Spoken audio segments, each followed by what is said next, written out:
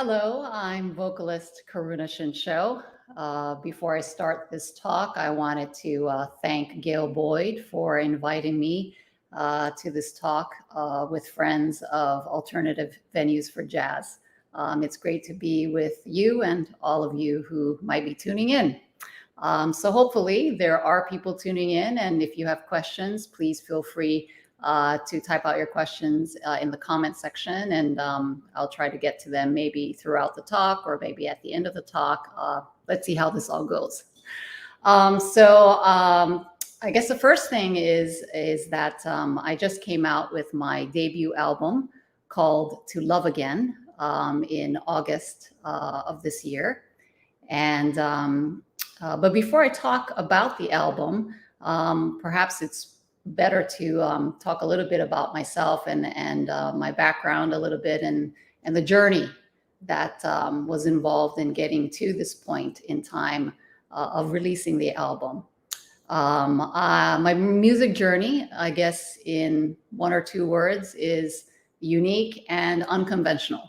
I did not start off as a musician from a young age, but despite that, I was surrounded by art and a lot of music. I was born and raised in Hawaii, and my father and mother are from Japan, but they were studying in Hawaii as graduate students, and I was born there and raised there until I was in my early teens. And my father was a classical music radio DJ, as well as a classical music singer. And then my mother, who was at the time studying, was a theater and drama performing arts major. So through her, I was exposed to the literary arts, and later she became a professor of that subject in Japan. So I was surrounded by art. Myself in Hawaii, I started to study classical piano for a bit, and then I was also a serious ballet dancer.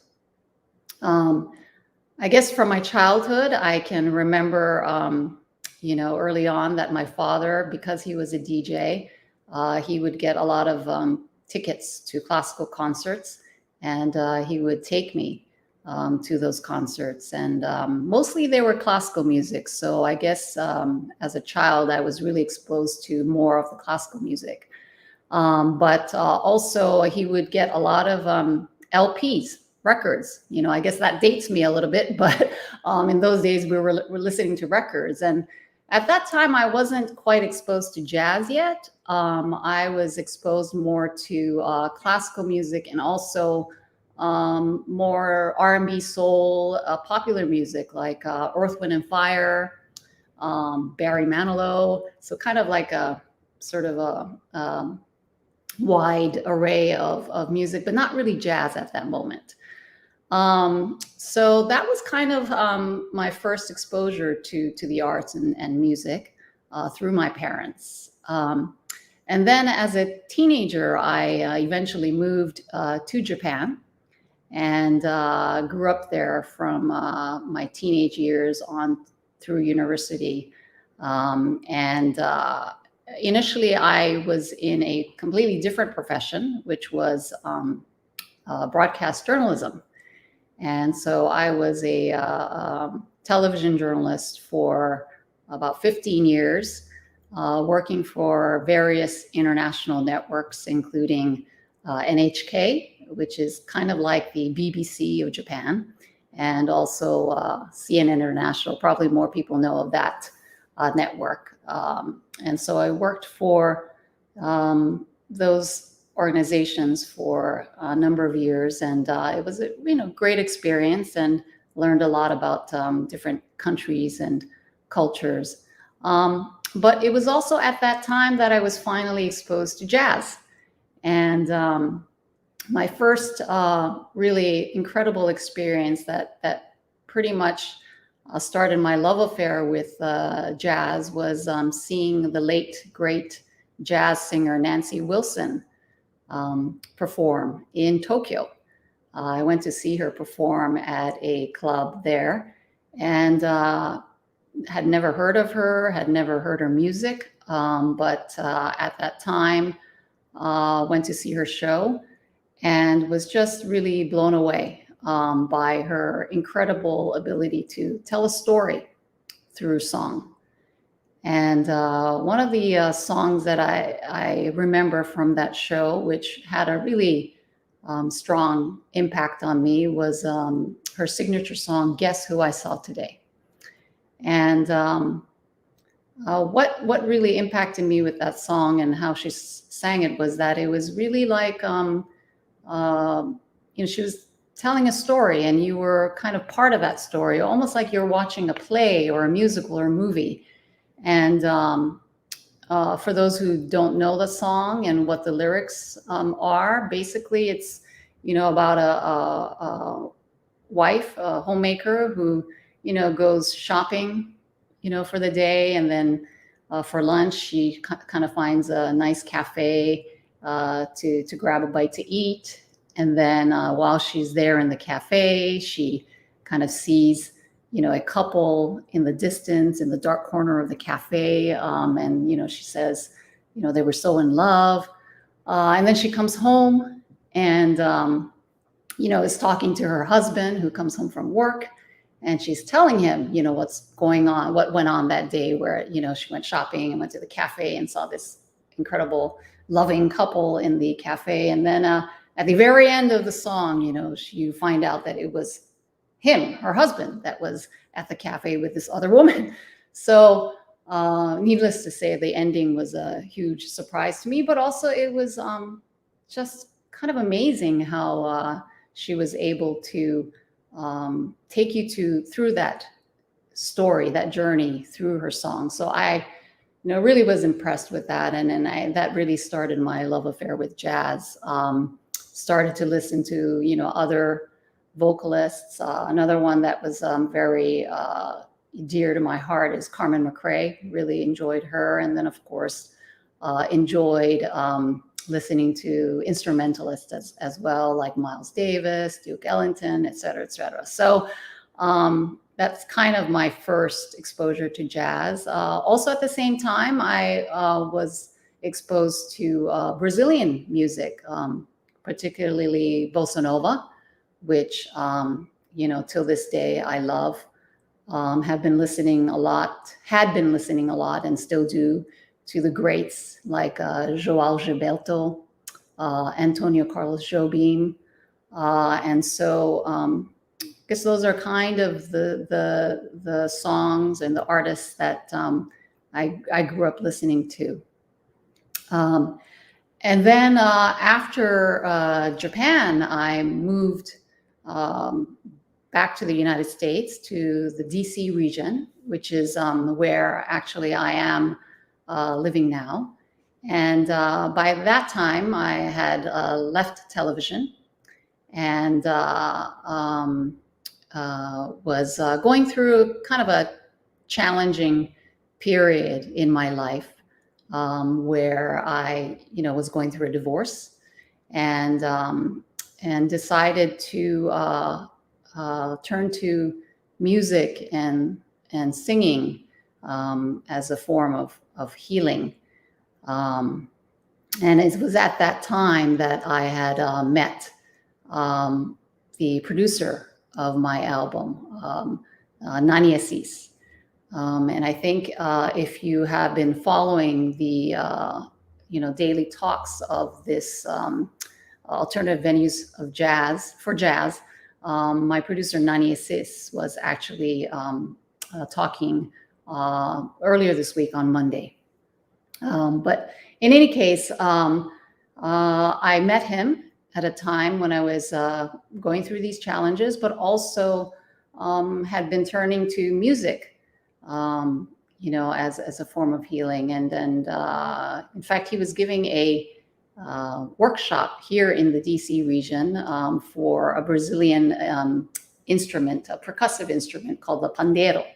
And so I decided to attend this workshop because obviously bossa nova is something that I was very passionate about, and I wanted to learn everything about it in order to get better at singing it. And so I thought that that would be a wonderful workshop to attend, and that's how I met Nani. And then we became friends, and he saw the passion that I had for his country's music, and he agreed to produce my first album, which originally started out as more of a passion project, a way for me to redefine myself, to find my self-worth again after going through a lot of difficulties when your family breaks up. But it kind of snowballed from a passion project to something bigger. And thanks to Nani, he, I guess, saw something in me that I didn't really see at that time, which was the ability to sing, but also, I guess, the passion that I had for his music and also for jazz. So we embarked on this journey about 3 years ago.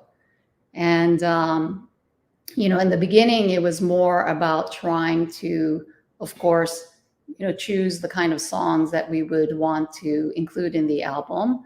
But it was also, really about working hard to really bring these songs to life, not only technically, which, is important, but also perhaps more importantly, emotionally, to be able to connect with your listeners, with your music, just like Nancy Wilson was able to do through her songs. And so, Nani really didn't make it easy for me. I guess he was the kind of producer that wants to try to draw the best out of you. So in that sense, it's quite challenging. The album is a compilation of not only jazz standards, but also bossa nova classics, with very unique arrangements, and sung in 3 different languages. So some of the songs are in English, some of the songs are sung in Portuguese, and then also sung in Japanese as well, because I am Japanese, and Nani rightly believed that the album should be also a reflection of me. And not only am I American, but I'm also Japanese. And so he strongly encouraged me to write lyrics to some of the songs. In fact, 2 of the songs on the album I wrote the Japanese lyrics to. One was a tune by Thelonious Monk called I Mean You. And the other one was actually an original composition of Nani's called Neum. So that was quite a challenge, but it also was a wonderful experience to be able to write your own lyrics. And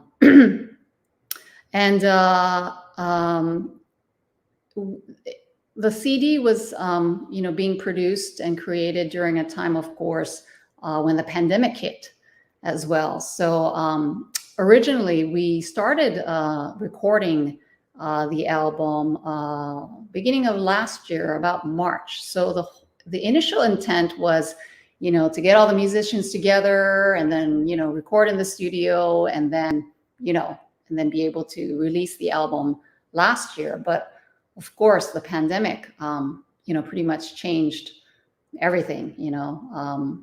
Of course, I would not wish a pandemic on anybody or any country at any time. I mean, it's obviously a terrible occurrence, and so many people lost their lives or got very sick. So it was a very difficult time. But if there were to be a silver lining of that, it was to be able to really focus on creating something, not just of quality, but also meaningful. And so we were given more time to work on the material. We had musicians from, all over. They weren't just in one place. So we had musicians in New York. We had musicians in the DC region. We had a musician in California, and also musicians in Japan. So it was really kind of a very global effort. And with the pandemic, we weren't able to obviously get together and record in a studio. So, thanks to technology, we were able to get the musicians to record their tracks, and then we were able to, layer over the tracks with vocals and other instrumentation. So, we had to improvise basically in order to produce this album. And the pandemic really kind of changed also the meaning of the album for me. The title is called To Love Again. And initially, the title represented for me a wish to, I guess, have a hope of finding romantic love again. Because, after you go through divorce, you're wondering, okay, am I ever going to find love again? And so initially it was about, romantic love. But I think the pandemic kind of made me think about other important meanings of the title and what it could reflect, which is that, the pandemic was a time when, a lot of people were isolated from each other. We had also, the political climate, not only in the United States, but, in other countries around the world where people were being pulled apart. And so I kind of hoped that the album and the music of the album would try to bring people closer together by trying to promote love between just people in general, not just romantic love. And then also, this album was really about a journey of self-transformation for me, turning negative to positive, and really about trying to love yourself again.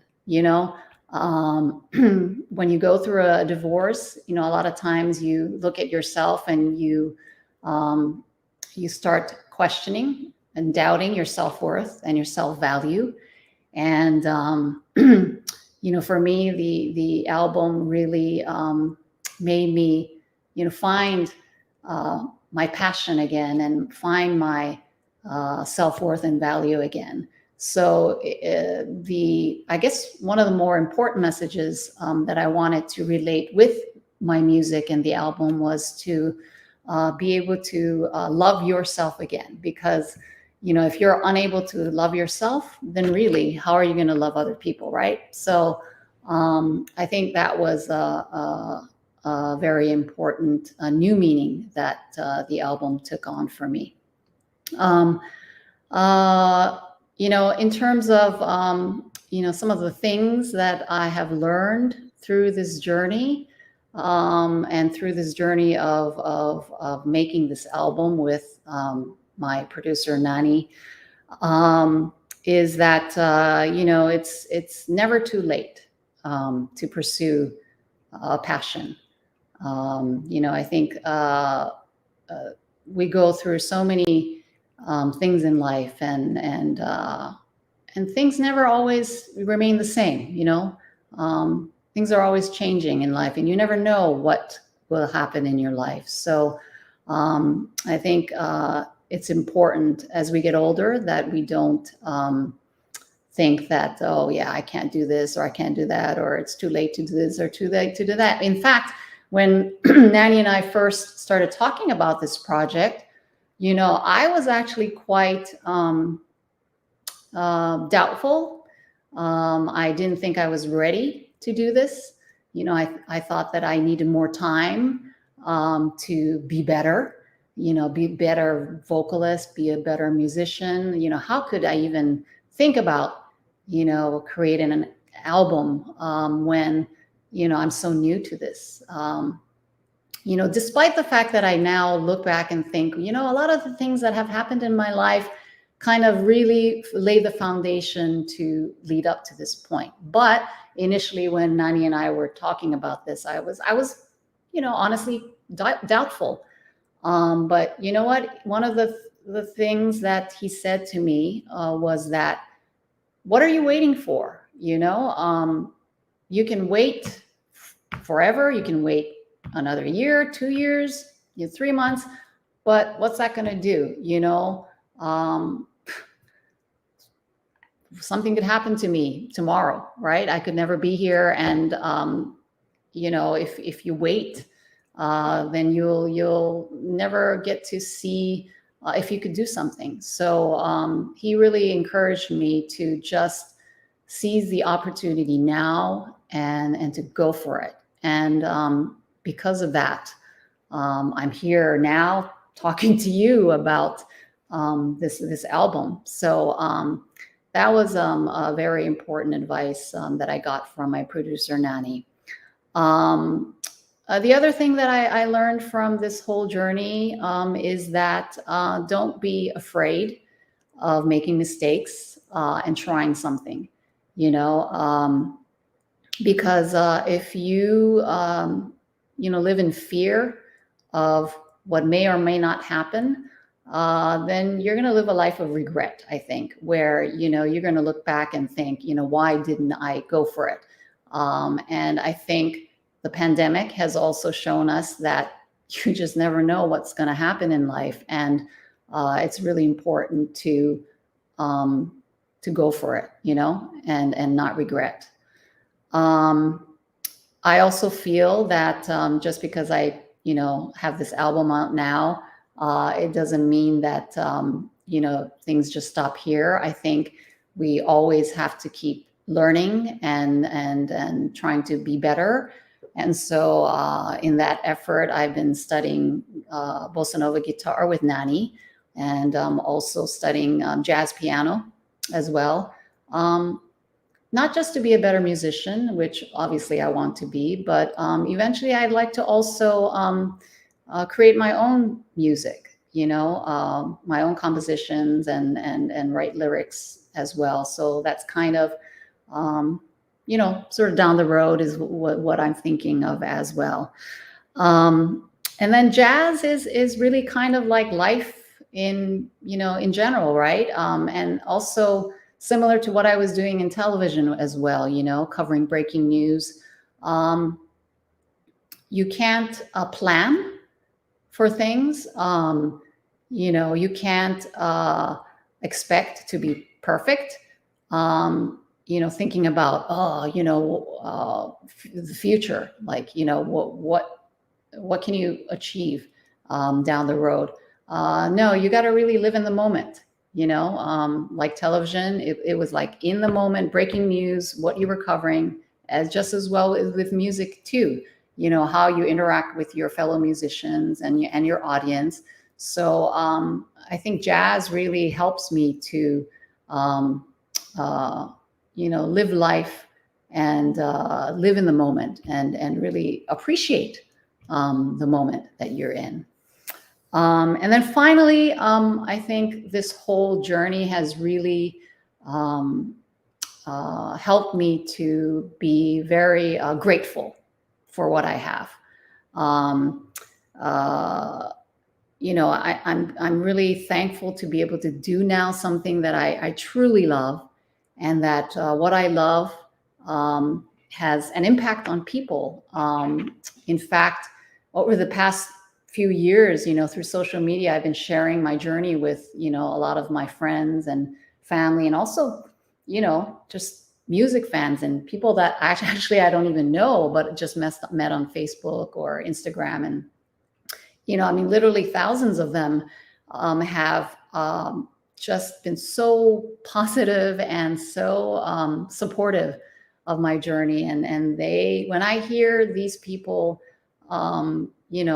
comment on what the album has meant to them, to get them through hard times that they're going through, or that they're feeling joy.